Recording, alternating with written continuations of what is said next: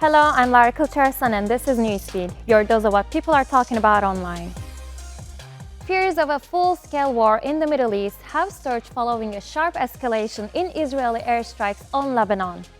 As tensions in the Middle East reach boiling point, a 12-nation bloc, including the US, UK and EU, proposed a 3-week ceasefire between Israel and Hezbollah. The suggestion initially offered a glimmer of hope when Israeli UN Ambassador Danny Danon said Israel was open to ideas. Nevertheless, Israeli forces continued their intensive bombardment in Lebanon.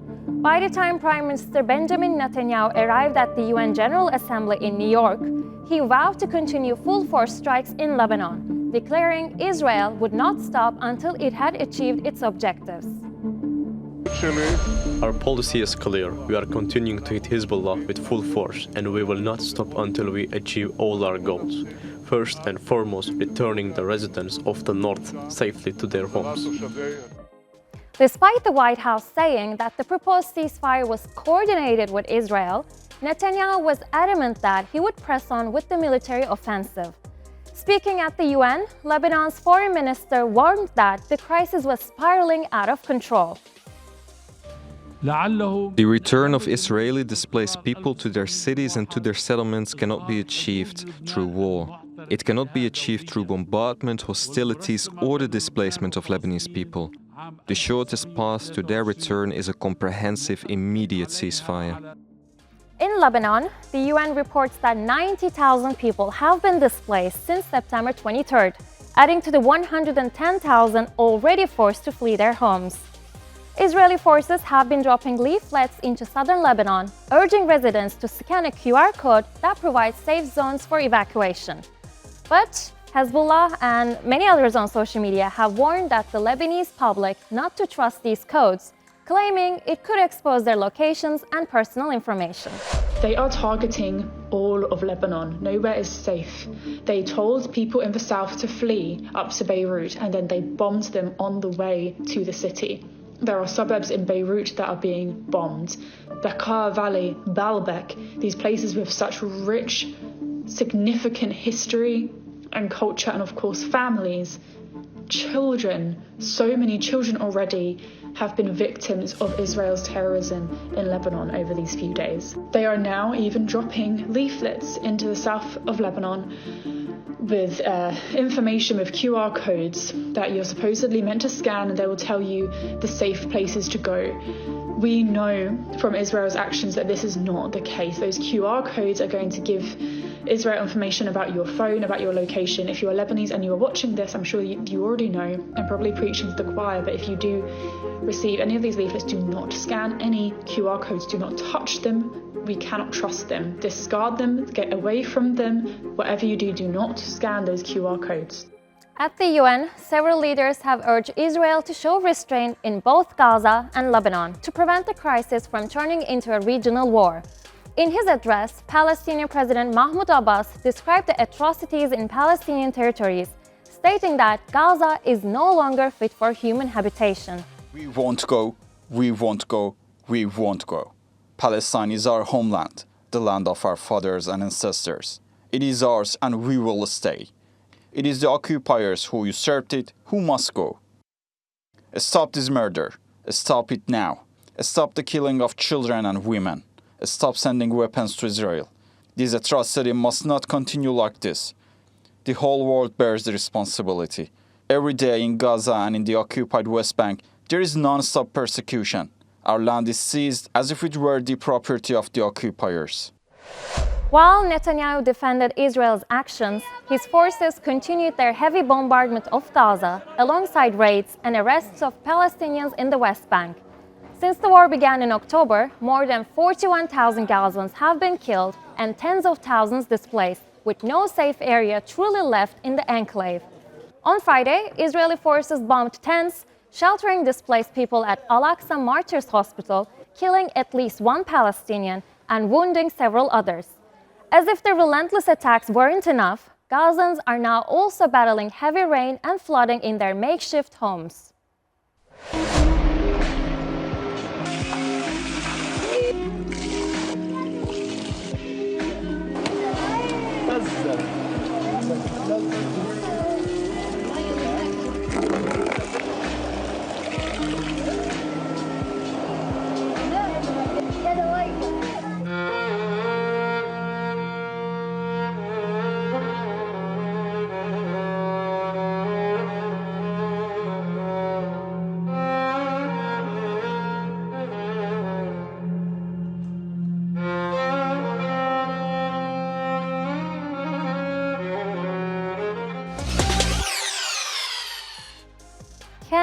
get enough John Cena? Well, now the former wrestling superstar and actor will be chatting with anyone who feels like it. And it's thanks to Meta's new AI feature. Meta AI, similar to ChatGPT or Google's Gemini, is an assistant that answers questions, creates images, and writes messages, and even provides companionship. I'm John Cena, and you can hear me when you message Meta AI in its new voice feature. Tap in. Hey Meta AI, who has the most heavyweight championship wins? Meta's CEO Mark Zuckerberg says users on Instagram, WhatsApp and Facebook can chat with Meta AI and hear responses from stars like Awkwafina, Keegan-Michael Key, Judi Dench and Kristen Bell. Okay, here we go. Hi, Meta. What's up? I'm one of the new voices for Meta AI. I do love dad jokes. Oh my God, why did I say that? Apparently, Meta spent millions to license their voices, and they claim voice interactions will likely become the most frequent way to engage with AI. But if you don't feel like chatting with your celeb crush, you can choose more casual voices with fancy names like Aspen, Atlas, or Clover. But surprise, surprise, all of these options are only available if you currently live in the United States. For now, anyway. But do you even know what Meta AI is? Well, it's only available in 22 countries worldwide, including Australia, Canada, Nigeria, Pakistan, and Singapore. The company says that more than 400 million people already use Meta AI monthly. But if you're not 1 in 400 mil, here's the lowdown. It's your personalized chatbot that is replacing your web searches. The way to find this Meta Assistant is that you will click on the search on Instagram, and then you're going to start typing in whatever question you're trying to get. The system will suggest, some topics, but in this case, I was just testing out some flights information. Meta's chatbot feature is also stirring up the rivalry with ChatGPT and Google's Gemini. Earlier this year, OpenAI faced a backlash over its voice Sky, which many said sounded remarkably like Scarlett Johansson. Johansson was shocked and angry, saying it was so similar even her friends couldn't tell the difference. OpenAI insisted Sky wasn't her voice, but quickly removed it after the uproar, especially as the artificial voice sounded suspiciously like Johansson's character in the film Her. Hello, I'm here. Hi. Hi, I'm Samantha. This controversy opened up talks about how AI is affecting the voiceover industry and how artists are treated in this fast-changing world. Meta also announced tools beyond its voice feature.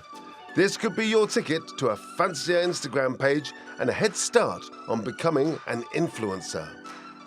There's more. So now you can actually upload your photos, not just AI-generated photos, and have AI edit it for you however you want to go about it. So this goat, he was on the ground, now he has a surfboard. And they also brought some more AI stuff to stories where when you want to share a post to your stories, it now creates a story background all through AI. So you can see in the bottom it has different backgrounds that you can try to your liking. Gen Z's approach to work and life is noticeably different from the other generations. From quiet quitting to mental health breaks, they have introduced new terms to the professional world. Their latest is conscious unbossing. This means Gen Z is intentionally avoiding middle management roles. I love you all, you're beautiful, and never forget that everyone is a princess. A recruitment firm, Robert Walters, surveyed 3,600 Gen Z professionals in the UK. The survey revealed that 52% of them have no desire to take on middle management positions. Instead, 72% prefer roles where they can contribute individually rather than manage others. Their reasons? Well, they vary of the stress and minimal rewards they have seen millennials endure in such roles. Another survey backs up their concerns, showing a significant percentage of middle managers in the UK feel overwhelmed, stressed, or burnt out.